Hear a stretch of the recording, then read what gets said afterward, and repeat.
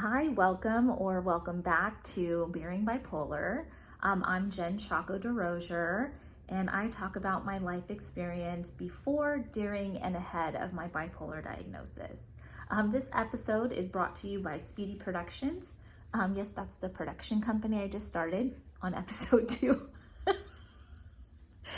Speedy is actually my uncle, Greg Marquez, who just passed away last year. They called him Speedy because you're supposed to drive your lowrider low and slow, but he drove his low and fast. So he was big time into the arts. He would absolutely love that I'm actually doing this YouTube thing.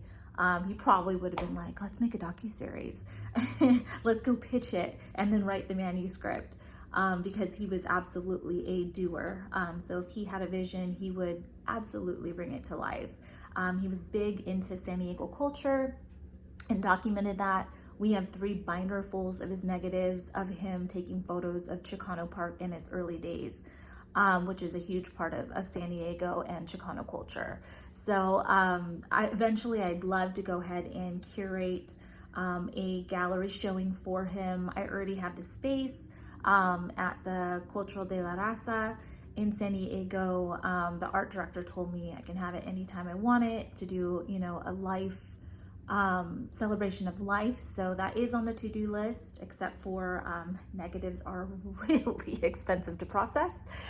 So we're gonna have to do that a little bit at a time. So today's episode is 5 questions, true or false. So first question, discrimination in the workplace is real. True. So it is absolutely real. I was part of a section where a girl actually told me that another girl is coming to our section and she's bipolar and she's crazy and she's double personality. And she came to our section and she was actually one of the nicest, kind people, very helpful, true team player, always wanted to, be a part of that. And so at first I was like, I'm doing good, you can't tell, because she confided in me about that. But later down the line, I kind of reflected on that and realized like how messed up that is. It's very easy for someone to know that we have this disease and then just dismiss us. So, before knowing that I have this disease, if I'm in the workplace and I'm like, I have this amazing idea and I tell, my upper management about it, they're going to be like, wow, like she's really passionate about that. Let's take a deeper look.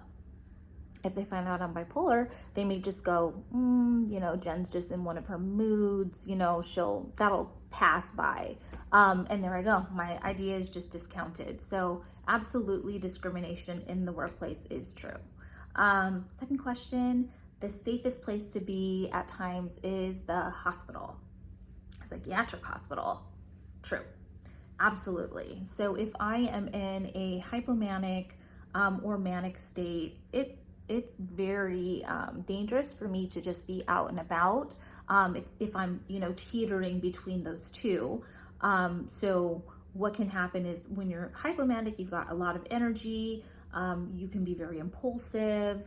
You can, there's a lot to it. We'll break it down, in later episodes, but you can be teetering between being hypomanic and then actually going into a full-blown psychosis or manic episode.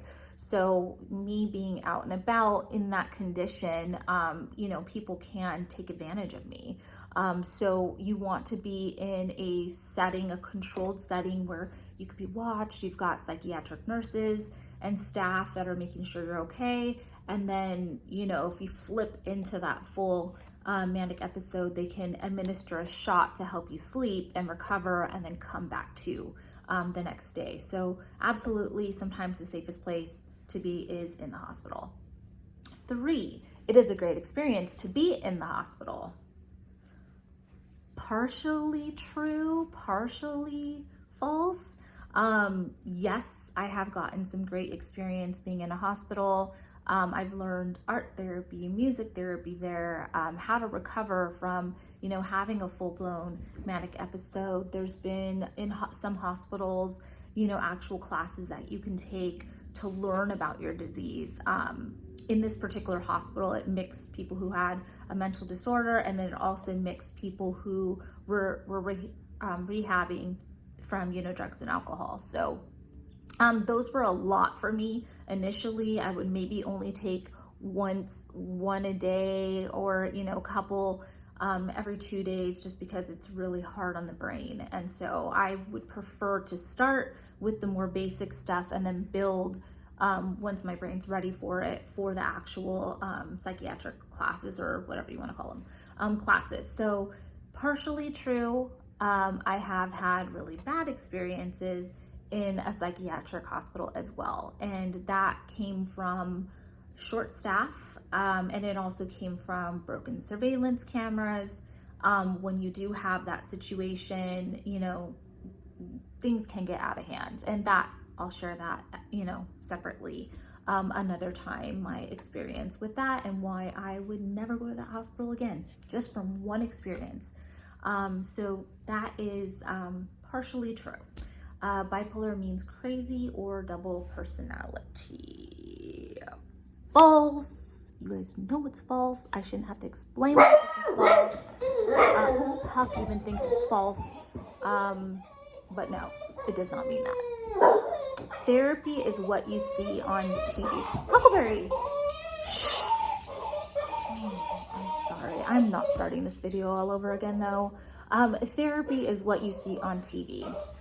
False. False, false, false, false, false, false, false, false, false. It is not what you see on TV.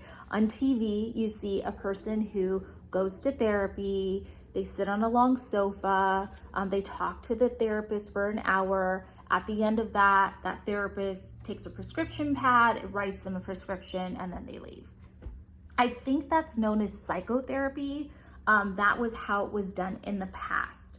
But now you actually have a separate psychiatrist and a separate therapist. So psychiatrist does medicine, therapist does the, hour-long, therapy session. So those are two different things. That was very confusing when I first started doing my outpatient program. When I got out of the hospital, the first person that I saw was a psychiatrist. When I talked to the psychiatrist, he briefly got my background. At that time, I did not know that this ran in my family. So I told him, no, it doesn't run in my family. I was crying upset because I'm trying to figure it out, letting him know that, it doesn't run in my family. Some people think I've been misdiagnosed. I just got out of the hospital. And, some people have seen it when their sister had a tumor in their brain. And some people have known me my whole life, and they're like, no way, they got the diagnosis wrong. You probably were just really tired and weren't sleeping, and this is what would happen to anybody.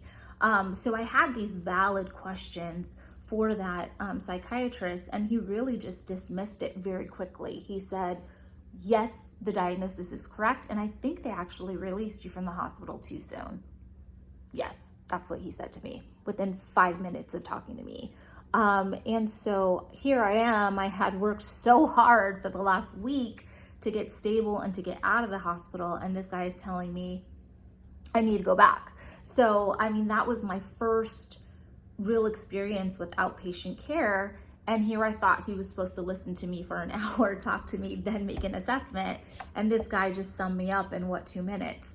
So of course, the Latin, Guamanian Pacific Islander came out in me, and I'm like pissed. And I'm like, you know what?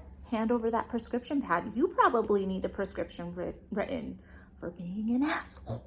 So I think that kind of deterred me from accepting that diagnosis.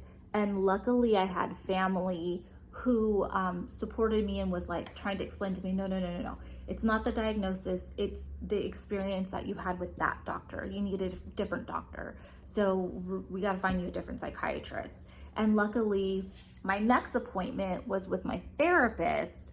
And with the therapist, he gave me so much reassurance, and he just let me know, this is not, an end all be all. Like this, you can live with this. There's people who live with it successfully. There's, judges, and he lists off all these, occupations that made me feel like, okay, if I have this, you know what?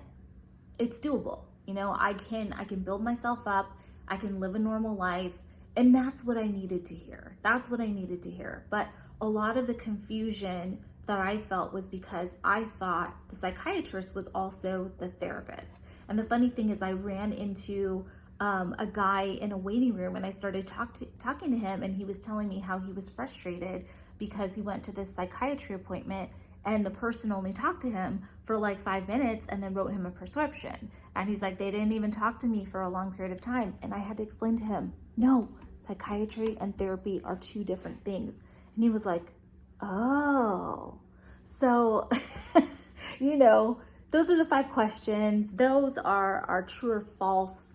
I hope I gave you a little bit more insight into one, just gave you a little bit more insight. Thank you guys so much. Have a good one. Love ya. Bye.